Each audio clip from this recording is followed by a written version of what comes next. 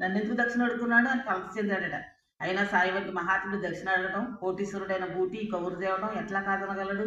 కానీ అప్పుడే ప్రారంభించిన పని తన పని పూర్తి కాకుండానే మడితో మసీదుకి వెళ్ళాలని అతనికి సంశయం కలిగింది. మడి కట్టుకున్నా నేను, ఆ మసీదు చూస్తే అపవిత్రమైంది, అందులోకి ఎలా వెళ్ళగలను, అందులో అడుగు ఎలా పెట్టను అని అనుకుంటున్నాడట. సంశయాత్మలో చిత్తం నిశ్చయాన్ని తెలుసుకోలేదు. సదా ముగిసులాడుతూ ఉంటుంది. ఇటు అటుగానే త్రిసంగ స్థితి వారిది. మూడే ఆలోచించి దక్షిణ తీసుకుని వెళ్ళటాన్ని నిర్ధారించుకుని సభా మండపంలోకి వెళ్ళి బయటే నిలబడి ఉన్నాడట. సరే అందరూ లోనికి వెళ్ళిపోయారట. ఈ మాత్రం గుమ్మకాడని వచ్చినాడు, లోనికి వెళ్తే మైలు పడిపోతాం కదా అని. చేతులు పువ్వులు ఉన్నాయి, చేస్తా వచ్చేసాడు కదా పువ్వులు, ఆ పువ్వులకి మాత్రం జల్లాడట, ఆయన మీద జల్లాడట. పువ్వులన్నీ విసిరి బ్రద్ధాంజలితో నిలబడ్డాడు. ఇంతలో అతని కళ్ళు ఎదుట ఒక చమత్కారం జరిగిందట. అక్కడ బాబా లేడేటండి, ఈయన గురువుగారు కూర్చున్నాడట. గురు దర్శనం అక్కడ అంటే నా గురువు తప్ప నేను ఎవరికి దండం పెట్టినా ఎవరికి నమస్కరించినా అనుకునేవాడు ఈయన. అందుకని ఆయన గురువు కింద దర్శనం ఇచ్చాడట.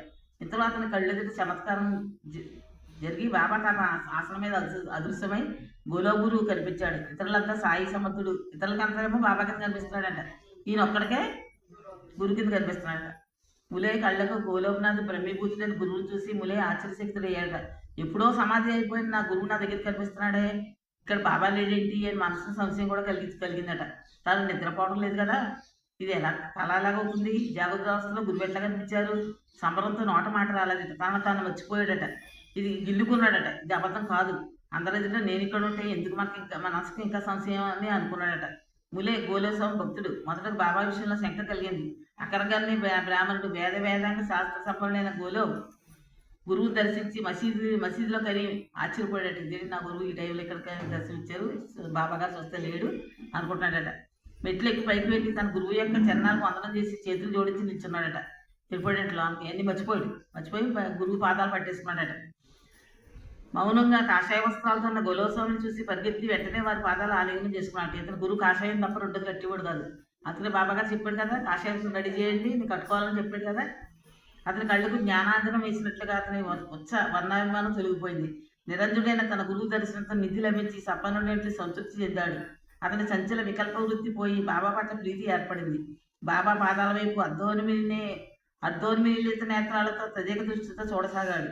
అనేక జన్మల సుకృతం పండి అతని దృష్టి సాయి పాదాలపై పడింది.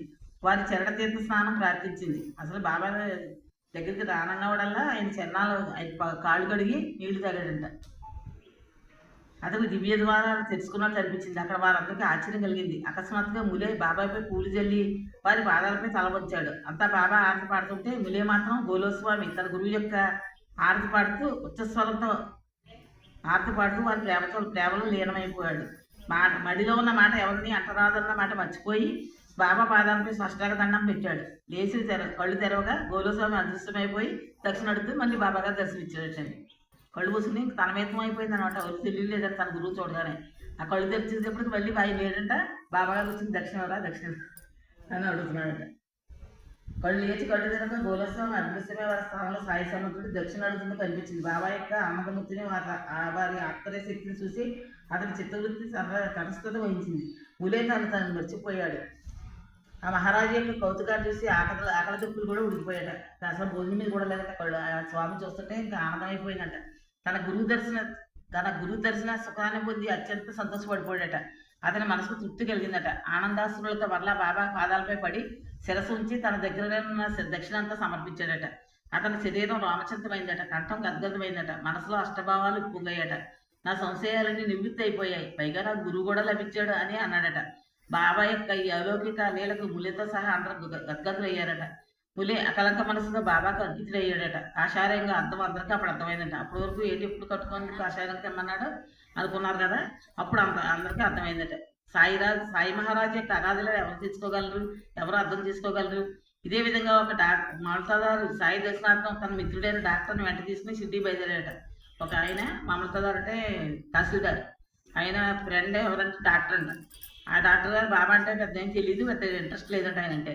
వెంట తీసుకుని ఒకసారి రావయ్య సిద్ధి వెళ్తున్నాను నేను, నాకు కూడా రా అని తీసుకెళ్ళాడట. ఆ డాక్టర్ బ్రాహ్మణుడట, పైగా రామభక్తుడట. రావుడే తప్ప రెండు దేవుడు పూజించేవాడు కదట. పైగా ఆచారవంతుడట. స్నాన సంధ్యాది ఈత చరణాలైన నిబంధనలంతా పిల్లితి కలిగి ఉండేవాడట. చాలా నిష్టగా చేసేవాడట. నా ఆరాధ్య దైవం జానకి జీవన రాముడు సాయిబాబా ముసలవాడు దొరకవాడు. నేను అతను నమస్కరించడానికి సిద్ధి వెళ్లే ముందు స్నేహితుడితో చెప్పేశాడట. బాబా పాదాలపై పడని ఎవరు బలవంత పెట్టరు.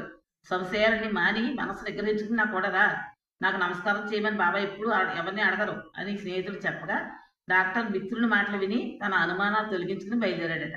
షిరిడి వచ్చి బాబా దర్శనార్థం మసీదుకి వెళ్ళాడట. ఇద్దరు మసీదుకి వెళ్ళారట. ఈ స్నేహితుల కంటే ముందు ఈ డాక్టర్ వెళ్ళిపోయి కాళ్ళు అట్టేసుకున్నాడంట. ముందు తానే సాష్టాంగ పడిపోయాడట. ఎందుకంటే రామదర్శనం ఇచ్చేసాడట. రాముళ్ళ కనిపించాడు.